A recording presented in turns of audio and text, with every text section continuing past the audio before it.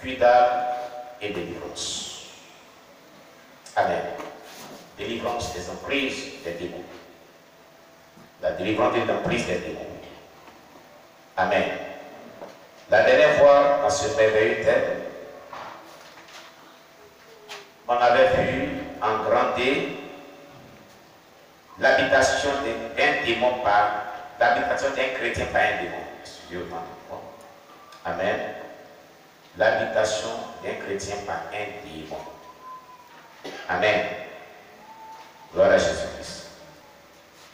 Alors, on avait vu comme ça que beaucoup de gens pensaient qu'un chrétien ne pouvait pas être habité par des démons. Alléluia. On avait vu aussi comme ça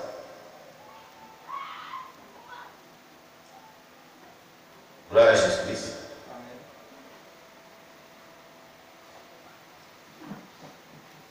Que les chrétiens pouvaient être bel et bien habités par des démons par rapport à la vie qu'ils décident de vivre. Compte tenu de ces vies-là, les démons pouvaient vraiment les habiter. Alléluia. Alors, si tu vis une vie chrétienne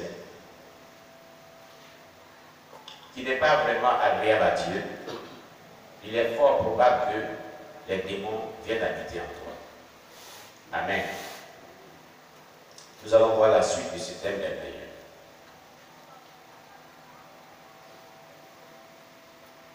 Amen. Cela signifie que si un démon quitte une personne à sa conversion et que la personne rétrograde et qu'elle revient dans le Seigneur, le démon va l'habiter forcément. N'est-ce pas? Voilà. Donc, on avait vu que les rétrogrades pouvaient être vraiment habités par les démons. Alléluia. Nous étions arrivés si un chrétien ne peut pas être possédé par les démons.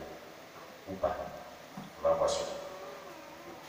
Un démon peut contrôler une partie de la personnalité ou du corps d'un chrétien. Une partie. Mais pas tout son corps. Pas tout son âme, pas tout son être. Non. Parce qu'on a expliqué la dernière fois ce que c'est qu'être possédé. Qui peut rappeler ce que je l'avais dit? Qui se souvient? Oui.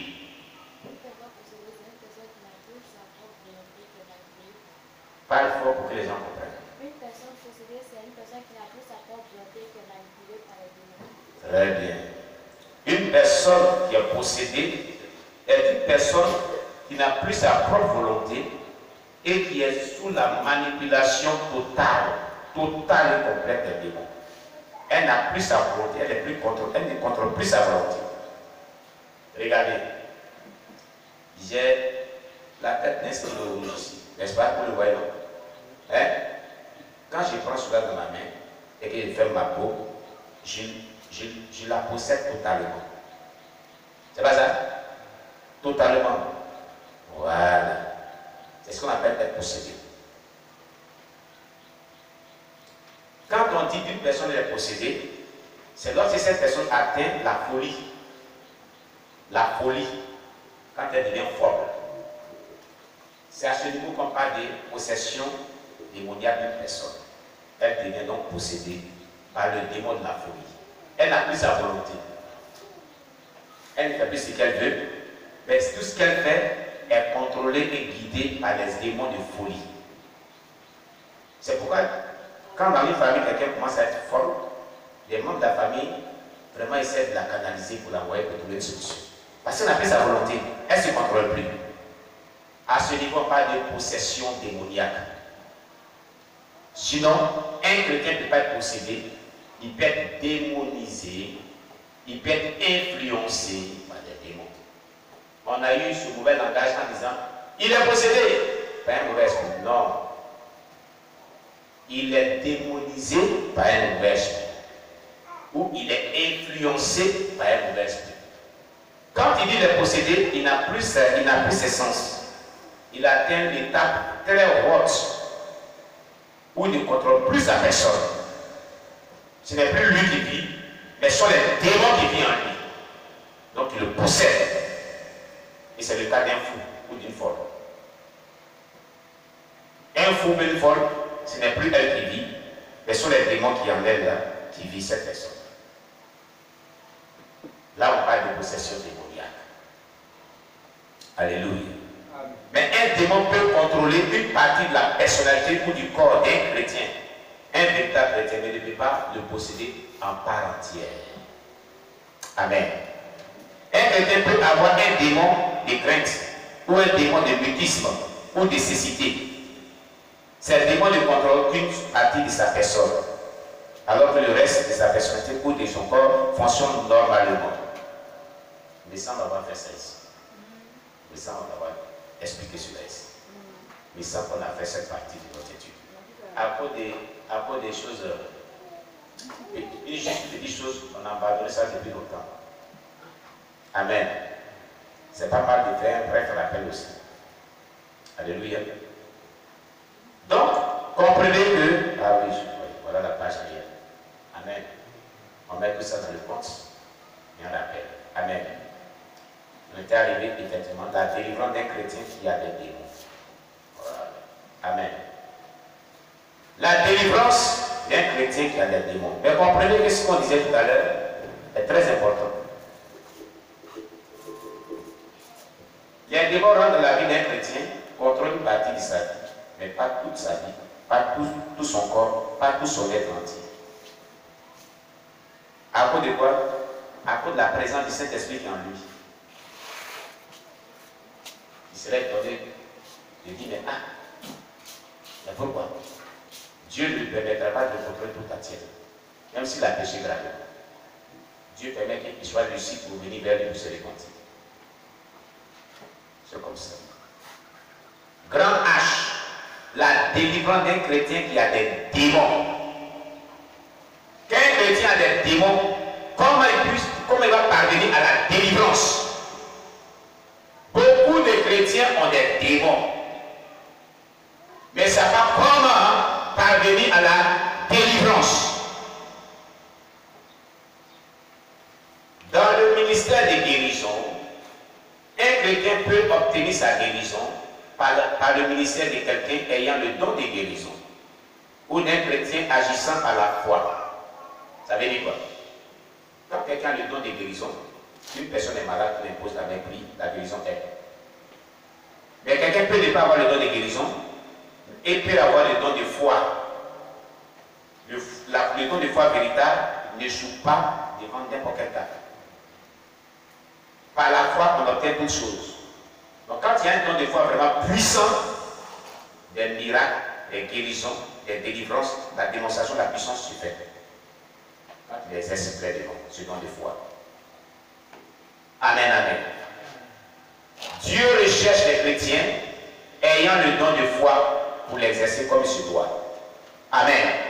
Excusez-moi, ma batterie est vraiment devenue faible. Il dirait du Facebook.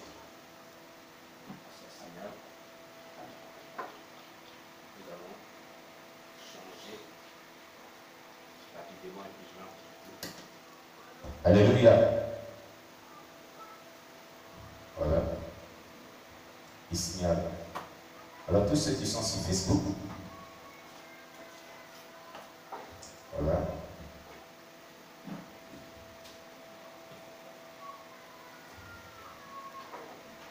Amen. Alors, nous allons relancer le direct ici. Là, c'est mon carrière. Gloire à Jésus-Christ.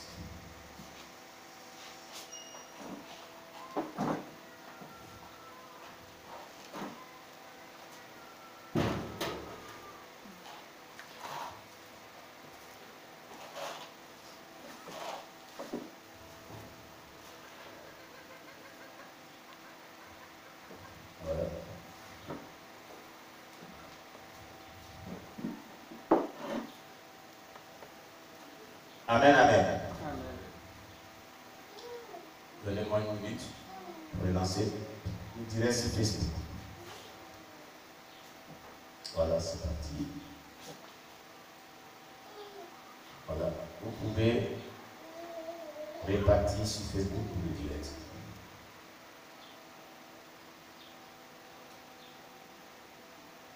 Alléluia. Que Dieu soit béni.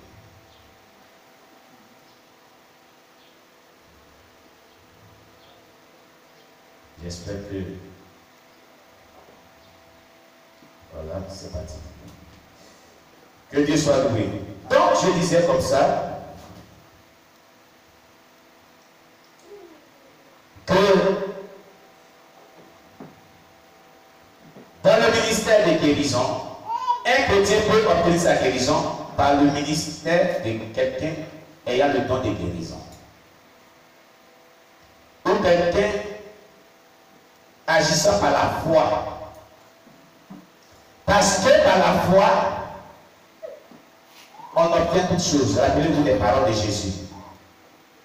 Tout est possible à celui qui croit. Ça veut dire quelqu'un qui manifeste une grande foi peut obtenir toutes choses avec Dieu.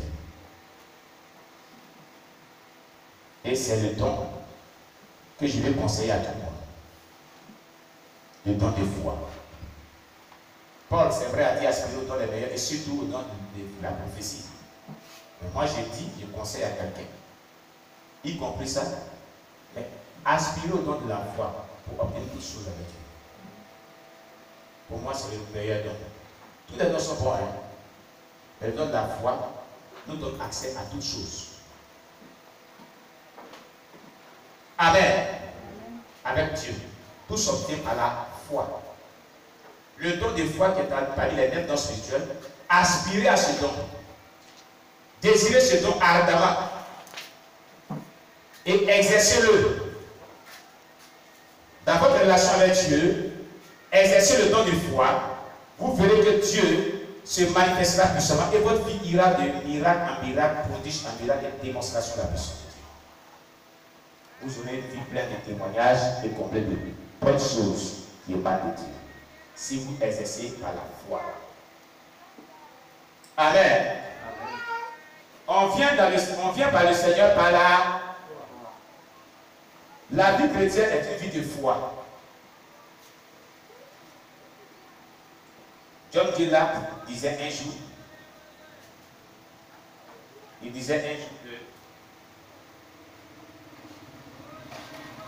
dans son livre, dans son livre qu'on allait étudier tous les 4 heures du matin, il disait qu'il y a eu quelqu'un qui allait prier pour une personne. Il a prié pour la personne malade, et comme il n'a pas de grande foi, puis il a échoué, il est frustré, il dit à la personne, tu n'as pas de foi. C'est vrai, il n'a pas de foi. Bon, d'accord. Dieu me dit, il a regardé, il dit, bon, tu dis, il n'a pas de foi, c'est une bonne chose. Mais toi, au moins, tu es abstinent. Toi, au moins, tu as la foi. Et tu viens de prier, il n'y a pas eu de résultat. Donc, tu dis quoi des choses. Si lui n'a pas la foi, toi, au moins, tu as la foi. Mais pourquoi est-ce qu'il n'y a pas eu de résultat? Donc, ça veut dire que toi-même, tu n'as pas la foi. Et lui aussi n'a pas la foi. Donc, pourquoi jeter la faute sur lui? Amen. C'est tout cela que les disciples avaient vu. Et même ils ont dit au Maître, Père, augmente notre foi. Notre foi est faible, notre foi est petite. Tu vas répéter après moi. Père Céleste, Père Céleste, augmente notre foi. Nous voulons avoir la grande foi pour opérer des miracles, pour rentrer dans l'impossibilité. Car la foi, quand elle est exercée, comme tu le veux et dans ta volonté, amène à l'existence ce qui n'existe pas. Amen. Gloire à Jésus-Christ. Donc, il peut aussi réclamer sa guérison directement du Seigneur sans l'aide de qui que ce soit s'il a la foi sur le chrétien qui est malade. Et Dieu peut lui accorder la guérison. La même chose s'applique au baptême dans le Saint-Esprit. On n'obtient pas le baptême du Saint-Esprit sans la foi. C'est un don qui s'obtient par la foi.